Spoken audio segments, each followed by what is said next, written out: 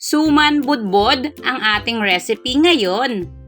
Hello mga palalabs! Isa na naman pong suman recipe yung ating lulutuin ngayon na kung saan napakasimple lang po ng ingredients pero kapag ito po ay naluto na, napakasarap.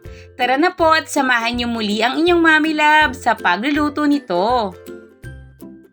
Dito po ay gagamit tayo ng luya na napakalaki ng ambag na lasa sa ating suman. Huwag po kayong mag-worry kung hindi po kayo mahilig dito. Once na matikman nyo po itong suman, for sure magugustuhan nyo pa rin po ito. Umpisahan na po natin yung pagluluto. Sa isang malinis na mixing bowl, maglagay po tayo ng 1 and 1/2 cups or 273 grams ng sugar. Pwede po kayong gumamit ng white or itong wash sugar. Then, haluan po natin ito ng 2 teaspoon ng salt. Total of 2 teaspoon na po yung ilalagay ninyong salt. Dito po kasi sa ating video, sa kalagitnaan ko pa po ng pagluluto na ilagay yung 1 teaspoon. Ito na po yung ating hiniwang luya. Tumitimbang po ito ng 100 grams. Pero pwede pa po kayong magdagdag dito. Once na gusto nyo po talagang mas matapang pa yung lasa ng luya, pwede nyo pong gawing 150 grams. Maglagay rin po tayo ng 5 cups or 1,250 ml ng coconut milk. Ito po yung ating pangalawang gata or piniga po ito ng may halo ng tubig. If ever po na ang inyong coconut milk ay hindi po umabot sa 5 cups, dagdagan nyo na lang po ng tubig. Gagamit rin po tayo rito ng 2 cups or 480 ml ng coconut cream. Then buksan na po natin ngayon yung apoy ng ating kalan sa high heat.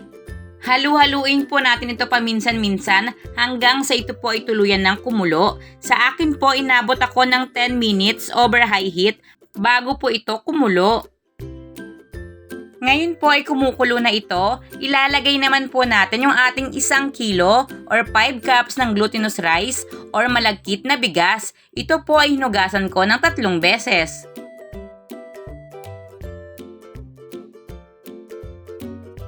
Still, ang lakas pa rin po ng apoy natin dito ay high heat. Much better po na kapag inilagay na po natin yung bigas, huwag na po natin itong tigilan sa paghahalo.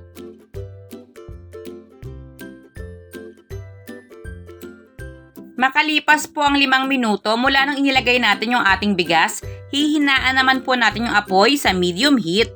Patuloy pa rin po tayo sa paghahalo hanggang sa tuluyang maigana po yung pinaka-liquid dito sa ating bigas at mag-o-oil or maglalangis na po ito.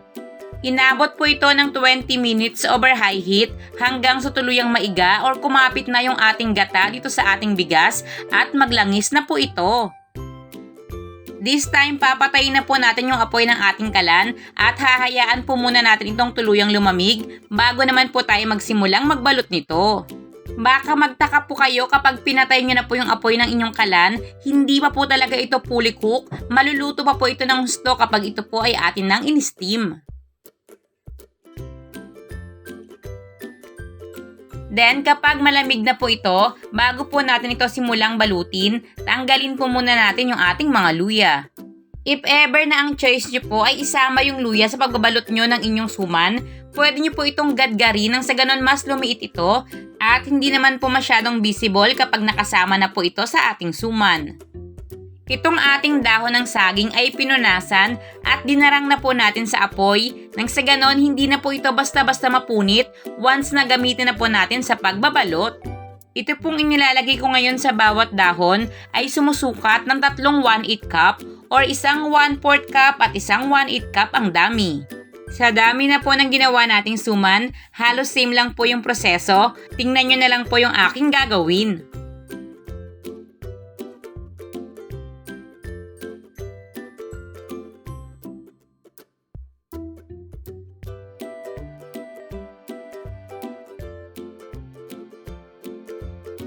Then ito pong pinakadulo ng ating dahon, dito po tayo magtutupi nang makasigurado po tayong maisarado po talaga natin yung ating suman ng gusto. If ever na ang gusto nyo po ay mas malaki or mas maliit na suman, nakadepende na po ito sa inyong preference. Same lang po yung ating proseso.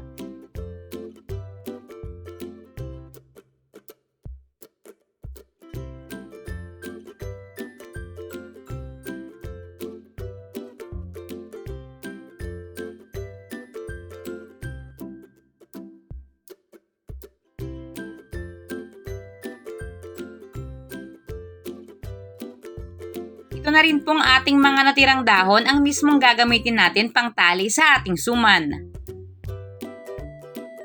Itali lang po natin ito ng paganito nang sa ganon mas makasigurado tayo na hindi po ito basta-basta bubuka once na ito po ay ating niluluto uli or ating ini-steam, at makasigurado rin po tayo na hindi ito papasukin ng tubig.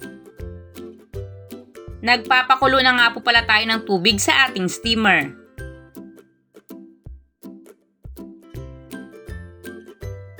Yung wala na pong kapares, tinalian ko na lang po ng solo, at bukod sa 29 pieces na ating nagawa, may maliit pa po tayong sumobra kaya ibinalot ko na rin po sa dahon ng saging.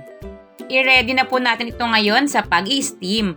Once na kulong-kulo na po yung tubig sa ating steamer, isasalang na po natin ito over medium heat ng 45 minutes.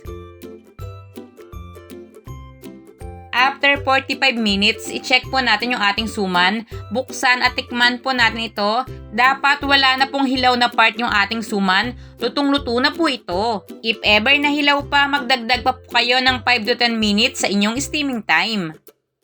Kung sakaling wala nga po pala kayong available na steamer, pwede itong diretsong lutuin sa kaldero. Yes, pwede pong doon mismo sa kaldero ilagay yung mga suman.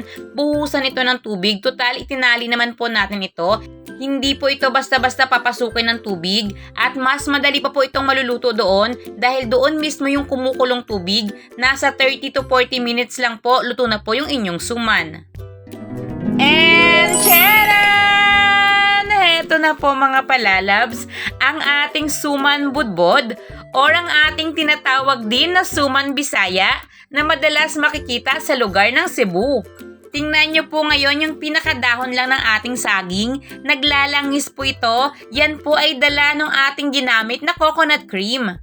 Sa iba, pinapahiran pa po ito ng mantika para lang mapansin na oily. Pero dito sa atin, dahil po sa tamang sangkap ng ating kakanggatan na ginamit, kusa po talaga itong naglalangis-langis. Napakasimple lang po ng proseso, ganun na rin po ng mga ingredients na ating ginamit, pero ang lasa po nito, especially gumamit tayo rito ng luya, may authentic na lasa na hindi po basta-basta mahanap sa ibang suman.